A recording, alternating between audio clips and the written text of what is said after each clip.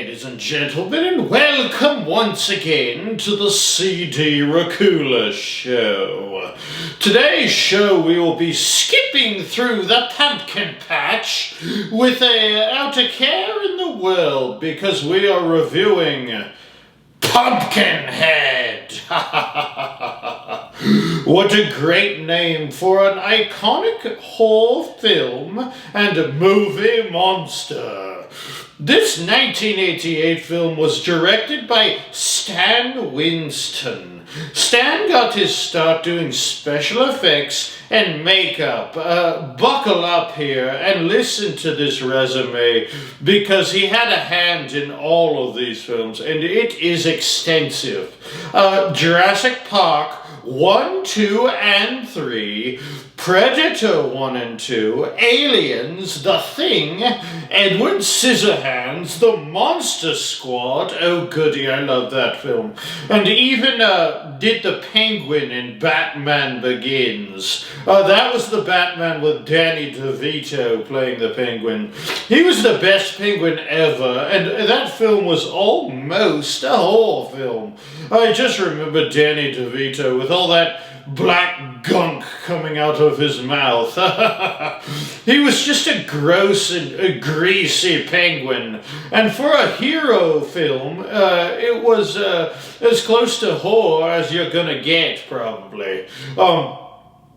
He did so much, and I can't even begin to go over it all. But if you're doing special effects for those movies, you are something special, that's for sure, because these movies are all about the special effects.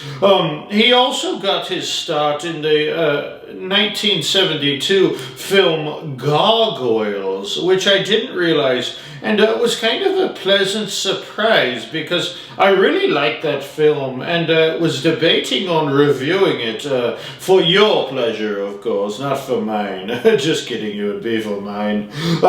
Pumpkinhead, however, was special because it was his first time acting as director. Oh boy. You know that if he was doing it, the special effects were going to come correct in Pumpkinhead. He understood the assignment, so to speak. I've heard the kids say that nowadays. It's funny, he worked on Aliens because if you really look at Pumpkinhead, what does he remind you of?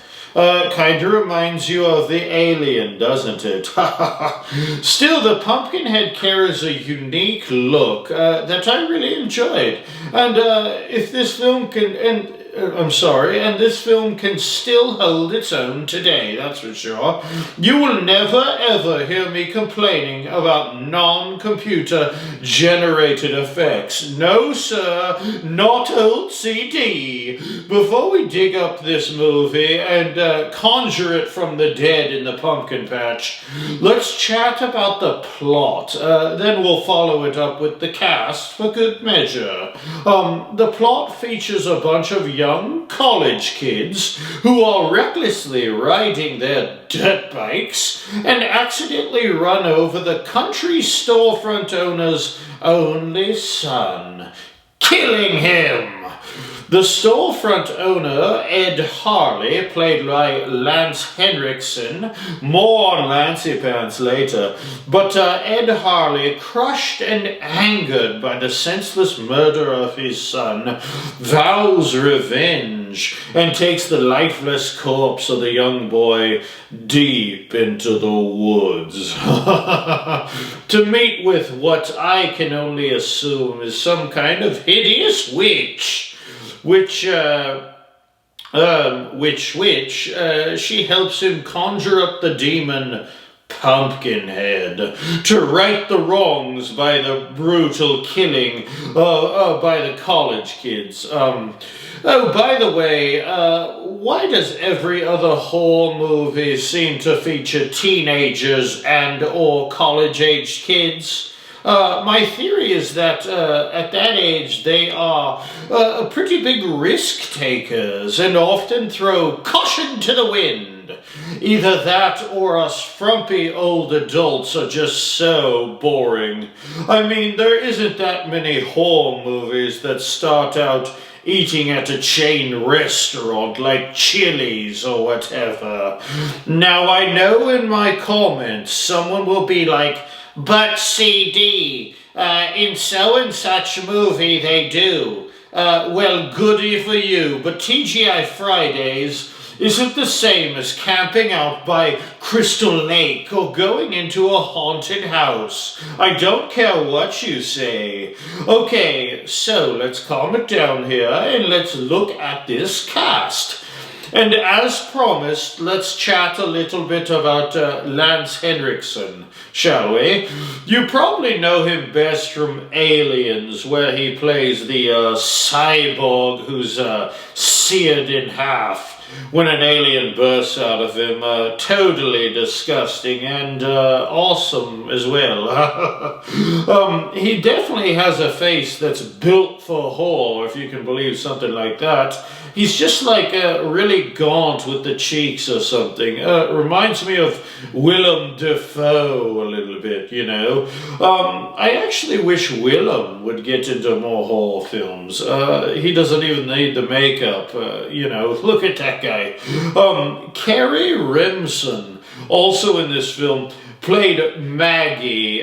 Carrie was in a few great horror flicks as well, such as Nightmare on Elm Street 2, Ghoulies 2, and After Midnight. Scream Queen much? Okay, let's chat about the old lady, and by old lady I mean the hideous witch in the woods, shall we? I mean, I know I'm a pretty boy and all, but this witch in the woods was pretty wrinkled up to the max. I think witches don't necessarily get the credit they're due in the horror world, and wish we would see even more with horror movies with witches. Give the darn zombies a break, shall we? And give us some witches. She to me is a big part of the Pumpkinhead franchise, and she often gets overlooked. Since she is seen burying the creature at the end. Sorry if I hit you with a spoiler there. I'm sorry. I'm so sorry. I'm sorry. They left this story open for a sequel, and there are, in fact, 3 other films that have a pretty good following even to this day. Pumpkinhead 2, Blood Wings, Pumpkinhead Ashes to Ashes, and Pumpkinhead Blood Feud. They're trying to make another modern Pumpkinhead movie as well. I would be absolutely pumped out of my rotted mind to see it, and so I'll keep crossing my fingers. One can only hope, you know. I would like to thank you again for joining me on this episode of the CD Racoola Show. And please make sure to like, share, and subscribe to CD's channel. It'd be so nice of you. Pretty please for me. I'm giving you the googly eyes. How can you resist? So handsome. Join me next episode here on the CD Racoola Show when I review the film Hostel. Oh, I'm going to get hostile for hostel now, aren't I? Till next time, my little pumpkin heads out there. Ta-ta, ta-ta.